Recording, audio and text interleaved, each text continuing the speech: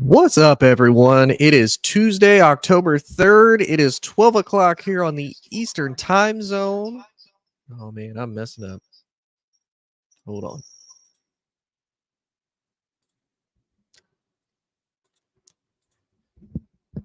Okay. I think I got it. Okay, I got it fixed. Sorry. Nope, no, I didn't.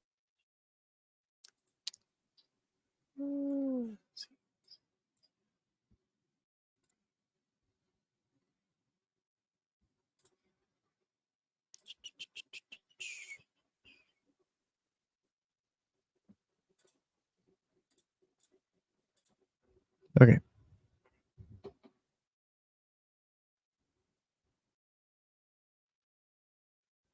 All right, one more test. Okay.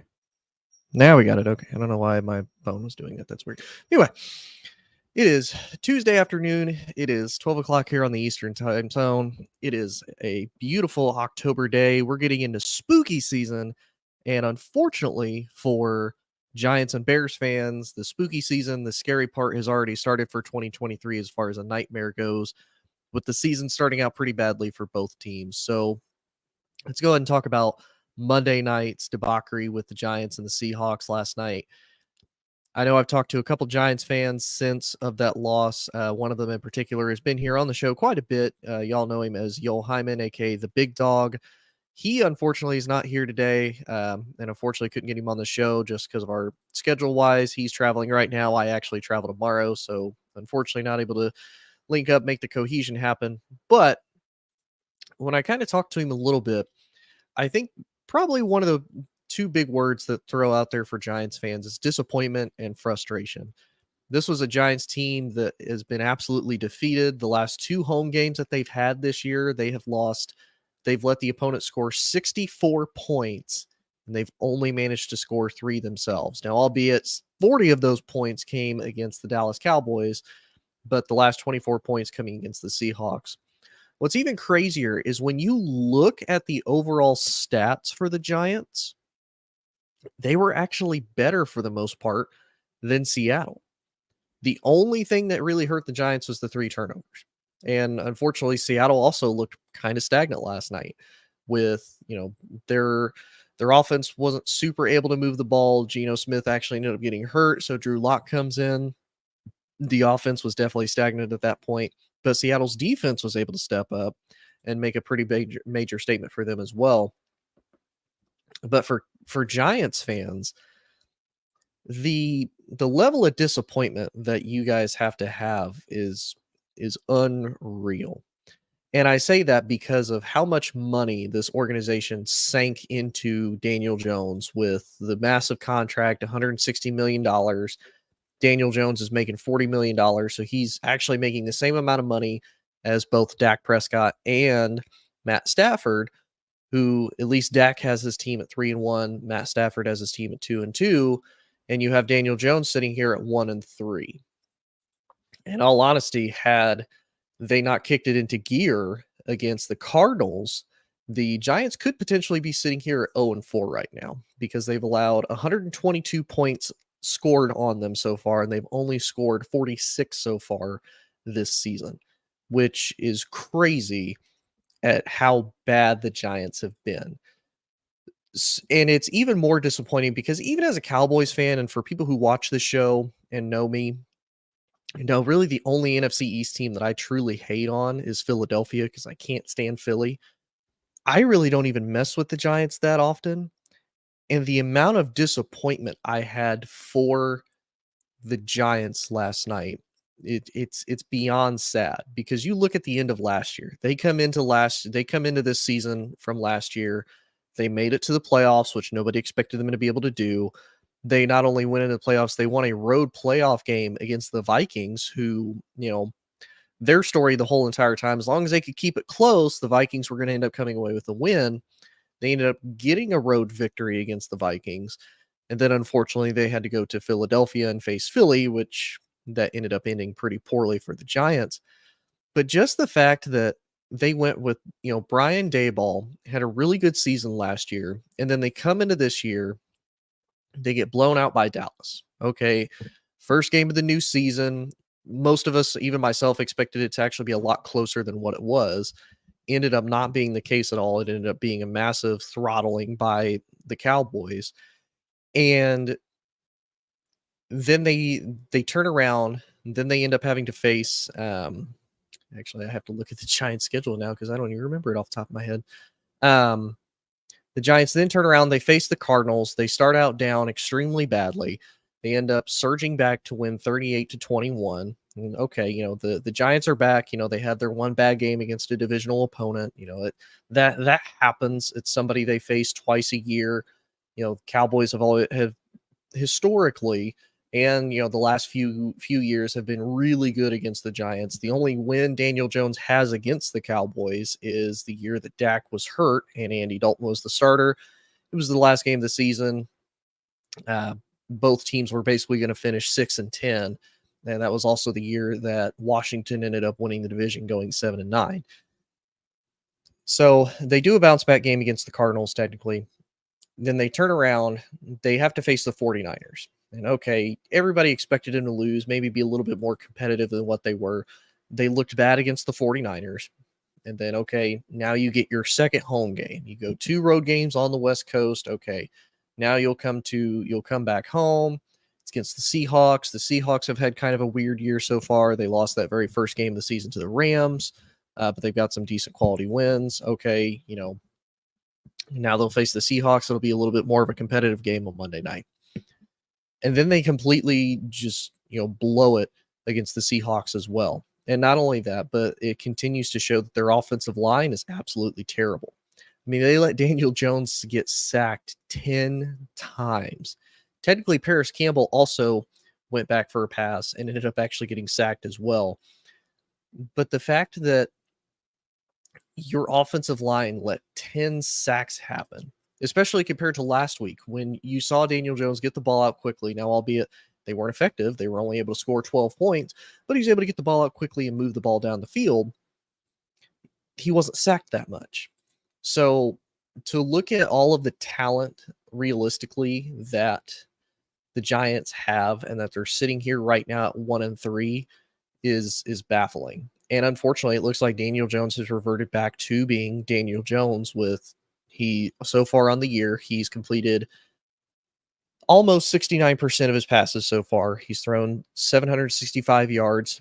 He's thrown 2 touchdowns, 6 interceptions. He's been sacked 22 times so far this season. And he also leads the team in rushing. The only player that's behind him in rushing is Saquon Barkley with 114 yards. And Saquon only played 2 games, and Daniel Jones has played 4 and has 173 yards rushing. So he's their lead rusher. They haven't got much production out of Matt Breida, Gary Brightwell, Wan'Dale Robinson, and Tyrod Taylor's their backup quarterback. Their receiving core. Now, the receiving core is also interesting because none of their receivers really made anybody turn their heads. But I will say, when they got Darren Waller, I figured, okay, that's actually a pretty significant step up. He was pretty decent with the Raiders, coming off of a little bit of an injury-riddled last couple of years. I figured, okay, this is actually going to be a big pickup for them. It's a new place, new era. Daniel Jones is coming off of a really good year last year.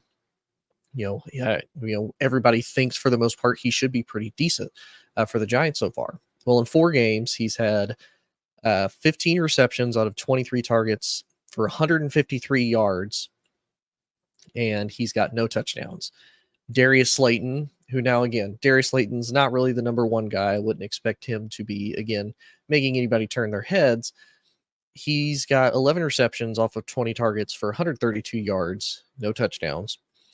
Jalen Hyatt, the rookie out of Tennessee, who I watched at Tennessee, was really good.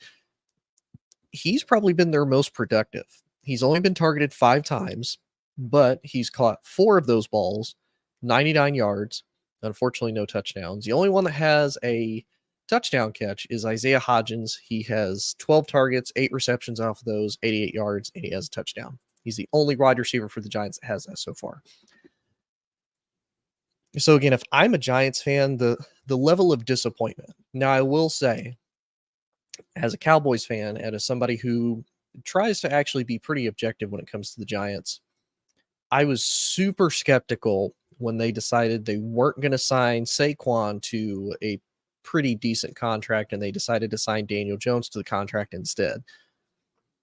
Because you look at Daniel Jones' career history, it has not been great. He had one really good year last year. That has been it. Like when when I hear people and I watch people defend him on all these major networks, all these major shows, they're talking about, oh, Daniel Jones deserved this contract, he this was 100% merited. No, it's not.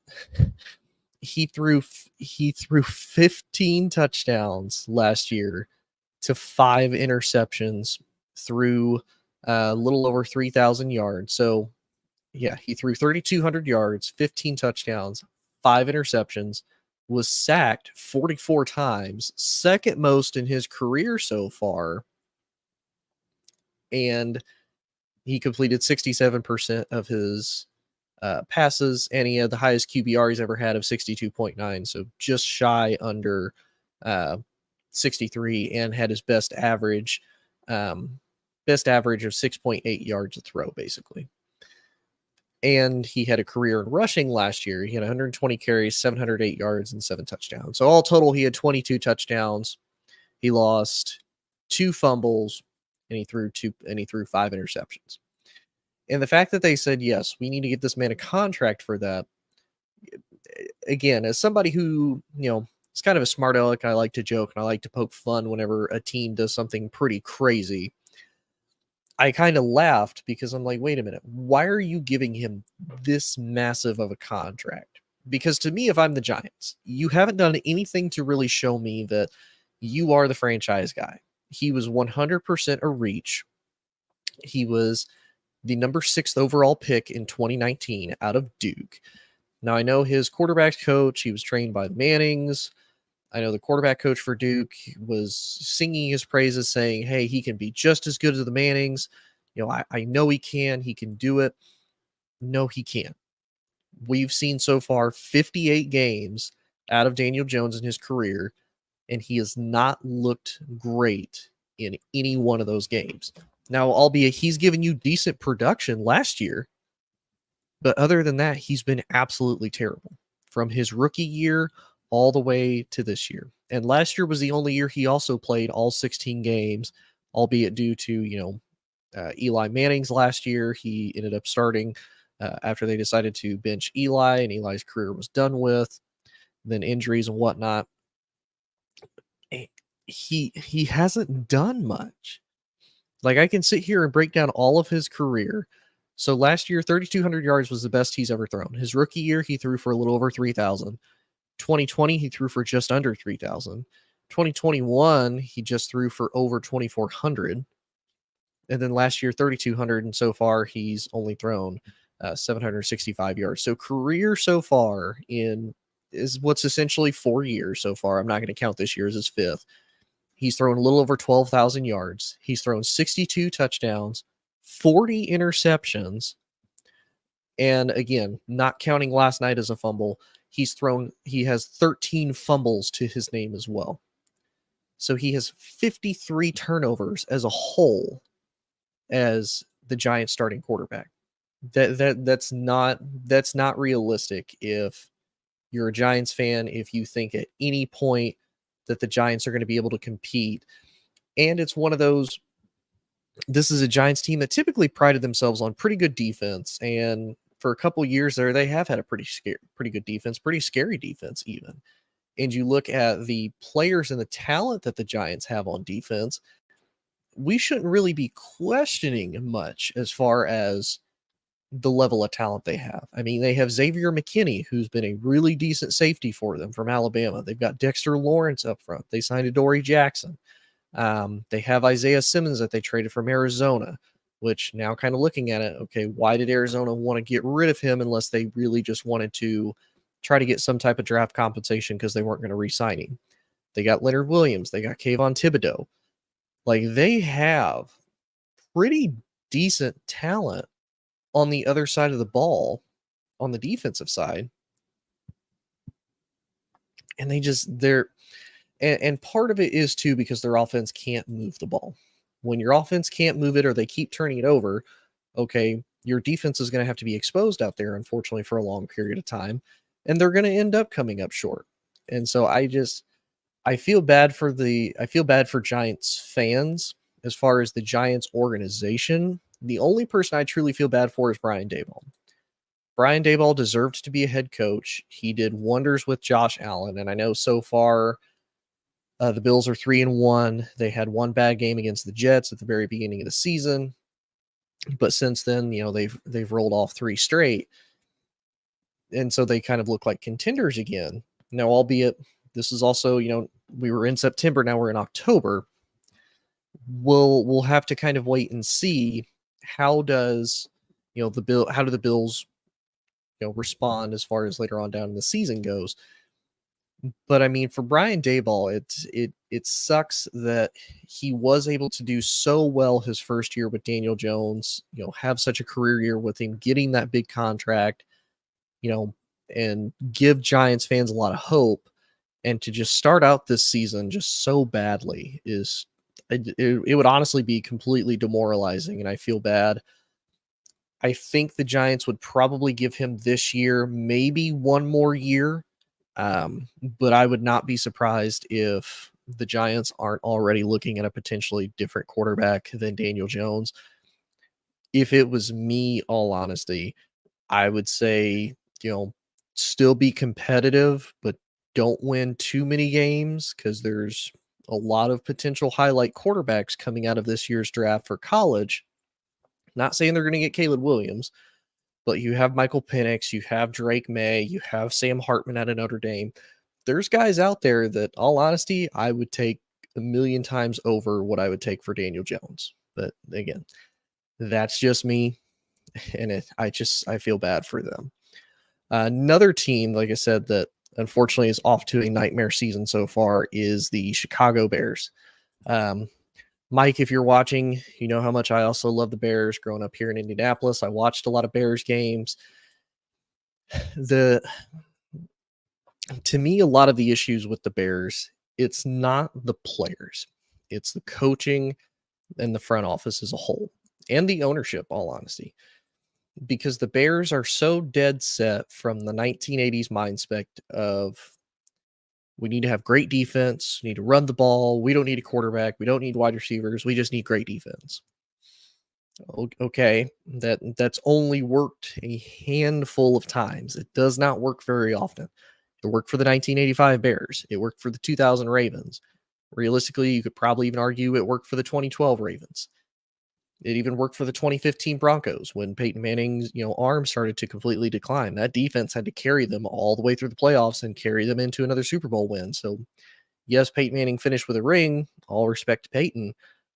But it wasn't because of Peyton's arm. It was because that defense was able to carry them the whole entire way. And we saw with Justin Fields against the Broncos, he did absolutely fantastic. You couldn't have asked Justin Fields to play a better game than what he played against the Broncos. He went 28-35, 335 yards, 4 touchdowns, and 1 pick. DJ Moore had 8 receptions, 131 yards, 1 touchdown. Now, Russ on the other side, Russ actually started to look like the Russ of old. He was 21-28, 223 yards, and 3 touchdowns. And for a while there, the Broncos were completely shut out. I mean, you looked at halftime, it was 21-7, then it was 28-14. And then in the fourth quarter, Denver scored 17 unanswered points. The Bears defense just couldn't stop them. And the fact that Matt Eberflus decided on 4th and 1 not to put it in your quarterback's hands, to try to hand it off to the running back. And then your defense has been getting shredded all fourth quarter and say, okay, we should be able to make a stop, is crazy to me, that you think that as a defensive coach, you're calling the plays, you haven't been able to really stop them all fourth quarter, that now all of a sudden you're suddenly going to stop them. It is crazy. And you look at the numbers for the Bears receivers too. I mean, everyone on the Bears had a fantastic game. Khalil Herbert, 18 carries, 103 yards. He didn't have a touchdown, but he averaged 5.7 yards a carry. DJ Moore had a great game. Cole Kmet, 7 receptions, 85 yards, 2 touchdowns. Darnell Mooney, 4 receptions, 51 yards, no touchdowns. Equimini St. Brown, 1 reception. That one big reception was 21 yards. Like, they had a very decent game. And I'm not even going to sit here and say the Broncos had a decent game, because other than Russ, they were okay. Now, J. Lee McLaughlin had a pretty good day, 7 carries, 72 yards. He ended up having a 31-yard run at one point for them. But for Matt Eberflus to, just basically fumble this completely is what's mind-boggling. Luke Getsy has not done well with Justin Fields. You look at the Bears the last few games, the only one that they really weren't competitive in for sure was against the Chiefs. The Packers, they ended up getting blown out, so they had a lot of garbage time scores. The Buccaneers, they kept fairly close until the end. The Chiefs, they were getting blown out from the start. There was really no hope there. And then, the Broncos, they had them beat for the most part almost the entire game. And they just decided to quit, which it's unfortunate and sad, because the Bears all but had that game locked up, and they quit, unfortunately. And as someone who likes the Bears, as someone who watches the Bears pretty closely, it's disappointing, because this is a Bears team that coming into the season, okay, it's Justin Fields' 3rd year. He's finally got help with DJ Moore. They did draft 1 offensive lineman out of everybody. But of course, they only focused on defense after that, with the exception of Roshan Johnson out of Texas and Noah Sewell out of Oregon, or not Noah Sewell, Tyler Scott, a wide receiver out of Cincinnati, both in the 4th round. They addressed everything on defense. But if your offense can't move the ball, then your defense has to be out there, and they're going to get exposed because they're having to be out there for so long. You only have so many guys that you can rotate in and out on the defensive line. Your linebackers are going to get exhausted because they're going to constantly have to either be rushing, or they're going to have to constantly be playing, coverage, and they're going to get burned eventually. And unfortunately for the Bears, their schedule really doesn't get any easier either. They're going to face Washington this Thursday in Washington at 8:15. To all honesty, as much as I don't even care for Washington, they gave the Philadelphia Eagles everything that they could handle this past Sunday, and took it down to the very wire and ended up actually losing in overtime. So it's not going to be an easy contest against them there. Then they have to face the Vikings. They may be able to get a win there, only because the Vikings have been struggling quite a bit. They ended up actually having the favor turn in their way against the Panthers through a fumble return for a touchdown. Then they have to face the Raiders, who, if Jimmy G's playing, probably going to, not really give them as much credit as a potential win. If Aiden O'Connell's playing, okay, maybe you get the win. But then they have to face the Chargers, then they face the Saints, then they face the Panthers, then they face the Lions in 2 out of 3 weeks, with the Vikings in there in the middle, having to face the Vikings on Thanksgiving, actually. And then the Browns, the Cardinals, the Falcons, and then the Packers again. So for the Bears, man, it's so disappointing, because, again, I know everybody hates on Justin Fields. I have a lot of people I talk a lot of sports with can't stand Justin Fields. They think he's not the guy. And yes, he's made mistakes. Like you can see some of the throws, especially whenever they do like the aerial view. And I see what they're talking about, but I'm also kind of sitting here as a realist. Like, okay, you can say that now as you're looking at it from his perspective. In the game, it's totally different when you're actually seeing it on the field. What you see is compared to what you don't see. Guys have probably been athletic the entire game. Guys have been watching your eyes the entire game. So how are you going to do? And really, so far this year, he hasn't had a bad year. He's thrown 861 yards, 7 touchdowns, and 5 picks. Now he has a QBR of 35.7, unfortunately. And he's 0-7 at the end of the day, but I feel bad for him, man, because he's not a bad quarterback at all. He's just had bad coaching. He hasn't had much to throw to. Like you look at last season when, he was a massive highlight reel and how well he did. Throwing wise, he wasn't great. He only threw 2,200 yards, 17 touchdowns, 11 picks, was sacked 55 times, and then he rushed for over 1,000 yards and got 8 touchdowns, fumbled at 9 times. So he had, 20 turnovers, 17 touchdowns. Okay, so 25 touchdowns, 20 turnovers, basically, between throwing and passing. So he's not a bad guy. I'm not saying that he's going to be the next GOAT, and more than likely Chicago, unfortunately, is going to move off of him. I just think for him, he's just been put in a bad situation. And for anybody that's watched this before, and if you haven't, I say every time, typically if you're a quarterback and you're drafted from Ohio State, Georgia, Alabama, Michigan, any of the big time powerhouse schools, more than likely you're going to fail when you come in the NFL because you have all of that 5-star great talent surrounding you in these schools that, yes, you look fantastic. You can, go through your progressions. You can make plays happen. You can make magical runs. You can have a good defense to help you. And then you have the NFL curse of, okay, well, now the Bears are the number 1 overall pick. Defense is not great. They don't have great offensive linemen. Don't really have a wide receiver to throw to. The run game is kind of meh. With last year they had David Montgomery, Khalil Herbert.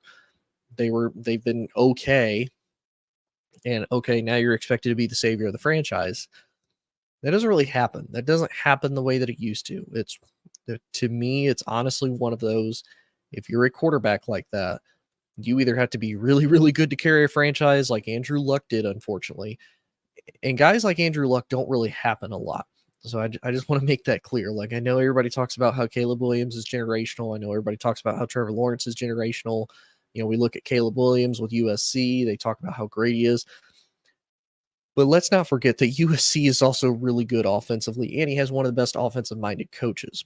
That also takes a big part of it into perspective. Like when you look at what Andy Reid did with Patrick Mahomes landed in probably the best spot that he could as far as where he got picked and who he got picked by. He got picked by Andy Reid. You already had Travis Kelce there. They had Tyreek Hill. They had weapons. They already had the culture established there. They need to get their defense fixed. But you couldn't walk into an easier scenario. Same with Jalen Hurts. I mean, Jalen Hurts got picked in the second round by Philly when they already had Carson Wentz. Philly had decent weapons. Philly has a good offensive line. Philly, for the last few years has had really good defenses and drafted really good defensive players. Secondary has been a bit of a question because of a lot of injuries that have happened to them over the years. But for the most part, Philly still has a really good defense. And the fact that, some of these guys like Justin Fields goes to Chicago. Oh, Justin Fields is a bust. Justin Fields also didn't have a lot of great talent surrounding him in Chicago. It's the same thing with, unfortunately, the late Dwayne Haskins when Dwayne Haskins was Washington. Washington didn't have a lot of good weapons for him. It was not a good culture. It was a defense that played really, really good. They unfortunately took a step back and regressed because of injuries and whatnot. The following year, offensive line for Washington has been a huge issue for the last few years. They have Terry McLaurin. That's really about it as far as weapons go. They have Logan Thomas, converted quarterback to tight end. Again, not great. And running back is kind of a game by committee. So Dwayne Haskins, unfortunately, didn't do very well. And we didn't really get to see him, unfortunately, much in Pittsburgh before he ended up, unfortunately, passing away. Same with Geno Smith. I mean, you look at when the Jets had him. Jets didn't really have anybody or anything. He was considered a bust, traveled around to other organizations, did not have great weapons, great support around him. Chargers were probably the best team that Geno went to until he went to Seattle, got to learn the system, got to learn behind a primetime Russ, and have a good offensive line and good receivers. And now Geno Smith actually looks like a pretty decent quarterback. So for Justin to kind of be thrown under that bus, the fact that everybody doesn't consider him a pretty decent quarterback, and unfortunately that's going to be the stigma that lasts with him unless he's able to get signed somewhere, picked up, and somebody says, okay, we're going to give you a shot, or he happens to fill in for somebody that's injured. then I think Justin Fields will be able to kind of show what he's worth and who he is. But unfortunately, right now, with what the Bears have and their coaching is the biggest thing. I mean, he's going to end up going down as a bust, unfortunately, and it sucks because I like Justin. I remember watching him at Ohio State; he looked really good. It's just unfortunate that that's going to be how he ends up going down as far as NFL history goes. So it's really sad, man, more than anything. But speaking of college, a really interesting weekend in college football this past weekend. We started to have a lot of in-conference play finally with Pac-12 facing off against Pac-12, Big 12, etc. I'm not going to go over all of them. There are a few things I want to address though.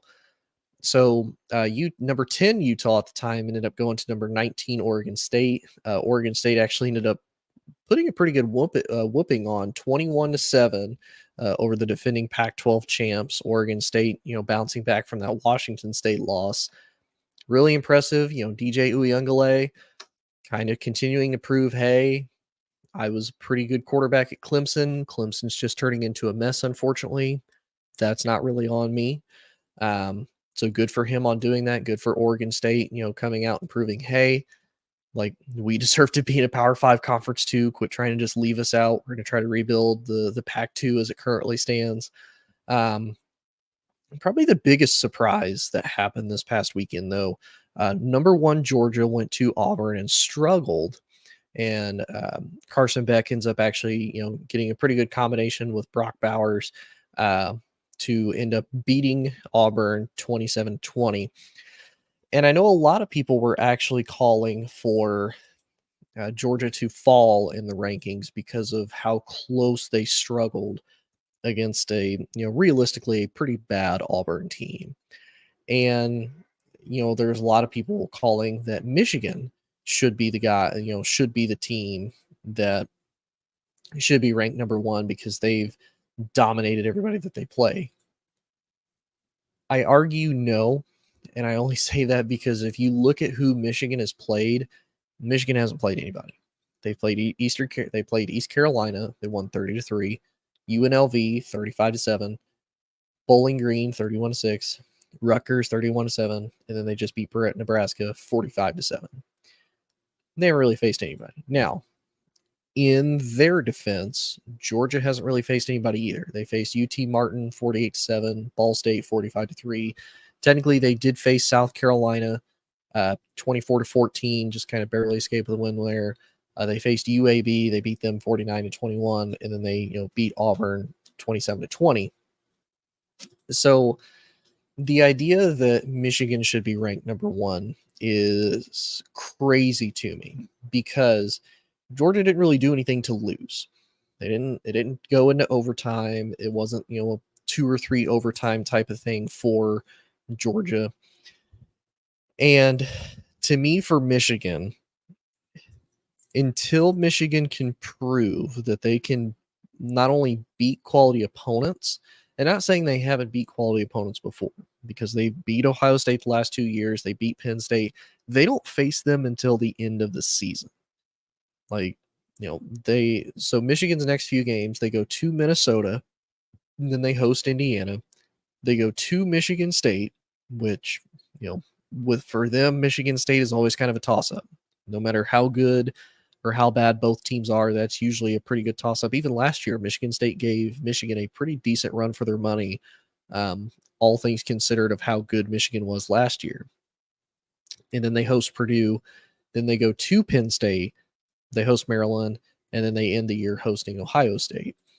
So, if it was me, I can't really see anything that would put Michigan at number 1 unless at any point Georgia stumbles. Because looking at, again, just ranked opponents and quality opponents, Georgia's next game is at home against number 20 Kentucky. Then they go to Vandy. They host Florida, number 21 Missouri, and then number 16 Ole Miss, who Ole Miss just ended up getting a win over LSU, knocking them down. Then they go to Tennessee, is ranked number 22 at the moment, and then they host Georgia Tech. If Georgia wins out, they will have faced significantly better quality opponents, especially if hypothetically everybody stays ranked, nobody changes, everybody stays where they're at right now. Georgia will have faced better competition than Michigan will have all year. And that's not even just a SEC or a Georgia bias. That's just realistically, Michigan will not have faced hardly anybody except for Penn State and Ohio State. And albeit you could make the argument Penn State and Ohio State are higher in the rankings of what they faced. But again, you can only play who you can play. But if Georgia continues to win, until Georgia loses and gives up the number one spot, Michigan is firmly right at number 2. And I would keep them at number 2. And honestly, I will keep them at number 2 until they prove to me different when it comes to the playoffs. Because playoff wise, it is a totally different Michigan than what we see during the regular season. But that's just me. That's just what I wanted to say on this whole Michigan should be number 1 thing. That's just silly and just not the case. A couple other kind of big games that happened to number 3 Texas ends up beating number 24 Kansas pretty well, 40-14. Texas is ranked number 3, looking really good so far this year. The big matchup this coming weekend, they're actually going to have the Red River rivalry versus Oklahoma, who's ranked number 12 at the current moment on Saturday. That's going to be a really good game. I do think it'll be a true test for both teams. Oklahoma's looked pretty good against who they faced so far this year, beating quality opponents. So is Texas. Texas's biggest win, of course, against a very struggling Alabama, but a win nonetheless. And it will be, it will be interesting to see if this Oklahoma team is for real or not. Now, if they do manage to beat Texas, I think they'll move into the top 10. However, I still wouldn't put them up as far as a national title contender if they beat Texas. Only because, again, the quality of opponents, and we saw last year, Oklahoma started off really hot, ended up losing pretty much the rest of their games the entire year. So it was pretty ugly for the Sooners, but we'll see how it goes. Probably, of course, the one that got the most attention this past weekend, though, you had number 8 USC traveling to Boulder, Colorado to face on Deion Sanders and his Colorado Buffaloes. Colorado actually kept it a lot closer than what people would think, and ended up being 48-41. Colorado's defense actually shut out USC in the fourth quarter, ended up scoring 14 points against them. And Caleb Williams, of course, 403 yards, 6 touchdowns, and 1 pick.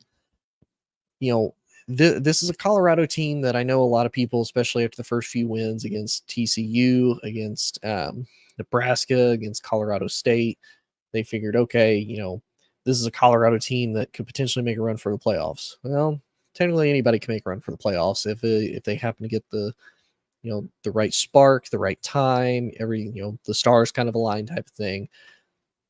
But much to Deion's point, when everybody first started asking when he was winning at Jackson State, oh, are you ready to face the Alabamas? Are you ready to face Georgias? He's like, no, I'm not. I'm not ready to face them. Give me time. And he's basically said the same thing, get your punches in now, get your licks in now, because when I come back, I'm going to come back ready. And I wholeheartedly agree. I mean, he did get thumped by Oregon pretty badly, but they rebounded pretty well against USC. So, I mean, we expected these 2 games to be their toughest for the Buffaloes. Their schedule does get easier now. They have to go to Arizona State. They face Stanford. Then they go to UCLA. Those are all pretty winnable games. They should potentially come out 6-2 before their next toughest test. Now, the next 3 out of their 4 games at the end are tough. They have to face number 15 Oregon State in Colorado. Then they face Arizona. Then they have to go to Washington, and then they have to go to Utah. And when I say at Washington State, who's ranked number 13 at the moment. So he does have a little bit of a tough schedule at the end, but here in the middle, he should have a pretty good chance. I wouldn't be surprised if Colorado doesn't finish, 8-4, 7-5 type thing. Like this year is still significantly better than what they finished last year. They're also going to be moving to a new conference next year, a little bit easier conference, I would think, even though, and that's no disrespect to the Big 12. But your quality opponents kind of goes down. It's not the TCU of old. Texas is going to be gone. Oklahoma's going to be gone. They're going to be bringing in Arizona. Arizona State should be pretty decent for Colorado to have to go up against. BYU, I don't really see anything super special out of BYU so far, even this year. Of course, you still have to face all the four new teams that are in the Big 12 currently this year who are not really panning out super well. You're going to have to face Houston. You're going to have to face UCF, BYU, Cincinnati, not really doing that great. So really, they have to face Baylor. They have to face TCU. They'll have to face Iowa State, West Virginia. So they'll have some still kind of tough competition, but it'll be significantly easier than having to go through currently this year, surprisingly enough, the gauntlet that is the Pac-12 and how difficult the Pac-12 is to get through as a whole anyway. So I look for Colorado to kind of end the season doing pretty decent. Again, a lot better than what people expected. But nonetheless, I think they'll be fine overall. We're just gonna have to give them time. That's the big thing. You just got to give them time. It's going to be a rough, rough first year, but I think next year it'll be much more interesting. But let's end the show with the upcoming games, kind of what we think is going to potentially happen with those. Obviously, I already talked about the first game of Week 5 this week is going to be Chicago at Washington. Obviously, I think unfortunately Washington is going to end up coming away with the win on that one. But who knows? Maybe the Bears are able to make a pretty significant difference. They definitely told Chase Claypool to stay away. He's not even going to be practicing with the team in the facilities, nothing like that, because he's considered a distraction. So kind of excited to see if Chicago is able to kind of rally, and if Washington's even able to rally as well. Sam Howell looked decently good against Philadelphia. I think it'll be a pretty decent matchup. Then we have Jacksonville going to Buffalo. That's the London game that'll take place 9:30 a.m. Eastern time on the NFL Network. I think, unfortunately, it's going to be a Jacksonville loss. Buffalo has been rolling. It's considered a home game for Buffalo, but obviously Jacksonville goes to London all the time. They're going to have a significantly good amount of fans there. But Jacksonville's been kind of inconsistent this year. Let's see, did they play anybody? Yeah, they ended up getting a win against the Falcons. Actually, the last London game, they got a win against the Falcons, but lost to the Chiefs. They got thumped by the Texans. So I kind of expect them to lose against the Bills. Not saying that Jacksonville's not good or they're not talented, but I don't really see Jacksonville being able to do enough to kind of overcome Josh Allen and Buffalo and what the momentum has for them so far. Then we have Houston at Atlanta. I honestly, I'm going to give Houston probably that win. They looked really good against Pittsburgh. I mean, completely shut Pittsburgh out. Kenny Pickett couldn't really do much of anything. Even Pittsburgh's defense couldn't really do much against C.J. Stroud and the Houston Texans offense. So C.J. Stroud has looked fantastic for Houston, significantly better than I think anybody expected Houston to be, especially me. I did not expect Houston to be as good as they've been. Then Carolina goes to Detroit. Obviously, I think that's going to be a pretty good Detroit win. Carolina's kind of struggled the last few games. Also still winless as they go into Detroit, but Detroit has been significantly better. They were coming off a longer rest week because they had to face Green Bay this past Thursday in a very emotional, very big win. So I kind of expect to see Detroit still riding that. Tennessee then goes to Indianapolis. I don't really know what to make of that game because Tennessee, they thumped the Bengals. They thumped the they got thumped by the Browns. My apologies. They beat the Chargers and then they lost to the Saints. So I don't know what to make of Tennessee. Their offense isn't great, but it's not terrible. And same with their defense. Like they're very much a 2-2 team that I don't know what to expect out of them this year. And I really don't know what to make of them or like pin them at as far as where to put them if I was to have to predict in a game. Then we also have the poor Giants have to go to Miami to face the Dolphins. The Dolphins got pretty embarrassed last week against Buffalo, so they're going to be coming hard at whoever they have to face and whoever they have to deal with. So I feel really bad for the Giants in that regard. The Saints go to New England, kind of the same thing. New England got embarrassed this past weekend by the Cowboys.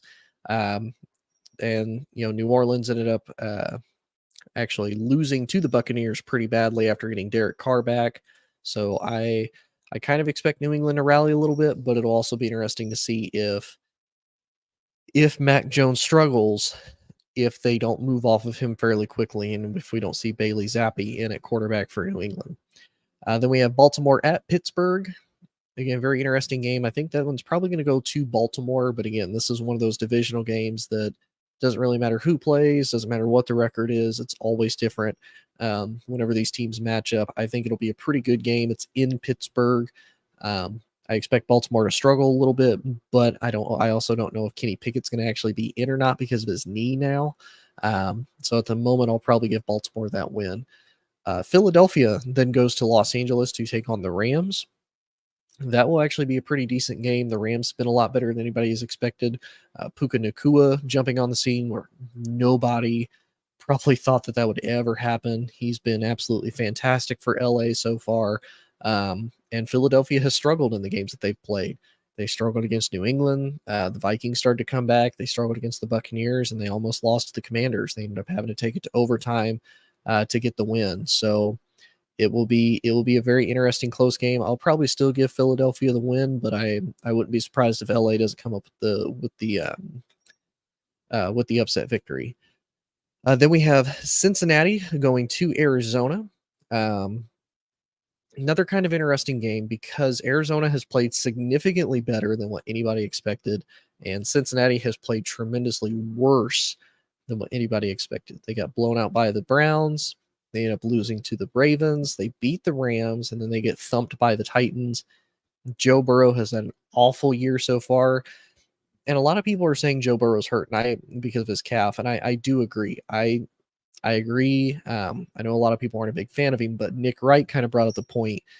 What would be the harm in sitting him for a couple games? Let him actually get healthy, get healed up, then go and start to actually compete. Because really, all you're doing now, you're just hurting more of your chances to be competitive and even potentially make it to the playoffs. And it's sad because we've seen with this Bengals team, with what they have on the roster and Joe Burrow leading them, they can be a phenomenal quarterback. They can be a great team, and they're just, unfortunately, they're not. So I would almost give Arizona this win. Then we have the Jets going to Denver. There's a lot of kind of bad games on this too. Denver, of course, finally gets their first win. It's in Denver, but Zach Wilson and the Jets looked really good last Sunday night against the Chiefs. Ended up doing significantly better than anybody thought that they would have. Zach Wilson played his heart out.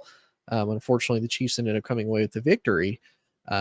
But again, Zach Wilson looked better. I don't know if the team is going to potentially rally around him. Like, okay, you've kept us in the game. We'll try to make this work and see what we can do. Kind of the same with Denver. They get the surprise win against the Bears. They kept fighting.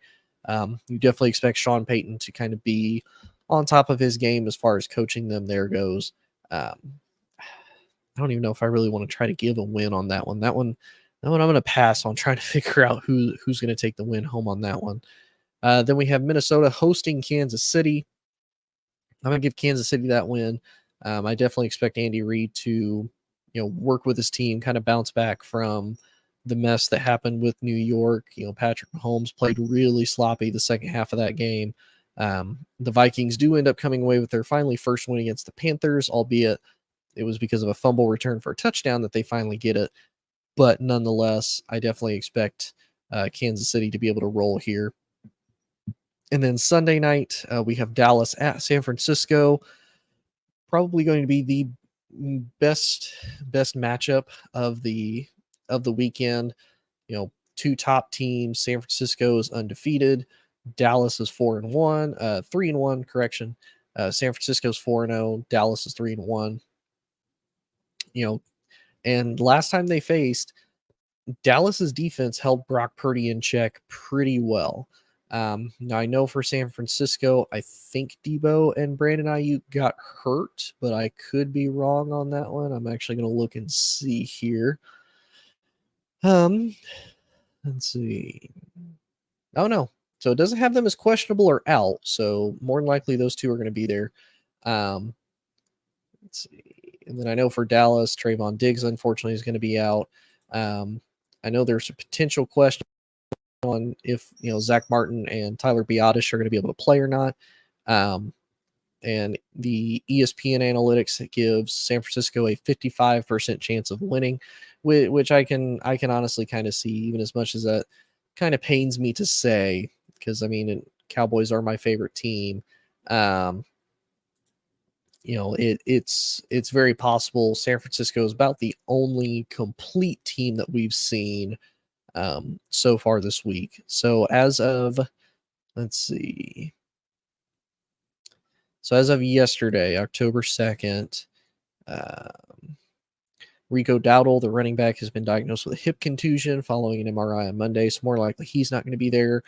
Zach Martin is questionable. He suffered bruised quadriceps in the win against the Pats, but he ended up getting pulled out about the fourth quarter anyway.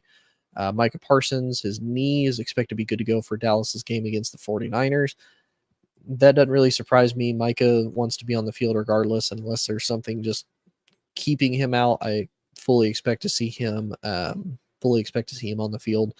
And then Tyron Smith, his knee also is iffy for Sunday's game, according to Jerry Jones. So that kind of does surprise me. Their offensive line has been kind of hurt on and off the whole entire time, but we'll kind of see how they do. And then to end the night, we have the Packers. Or to end the weekend, we have the Packers at Vegas for Monday Night Football.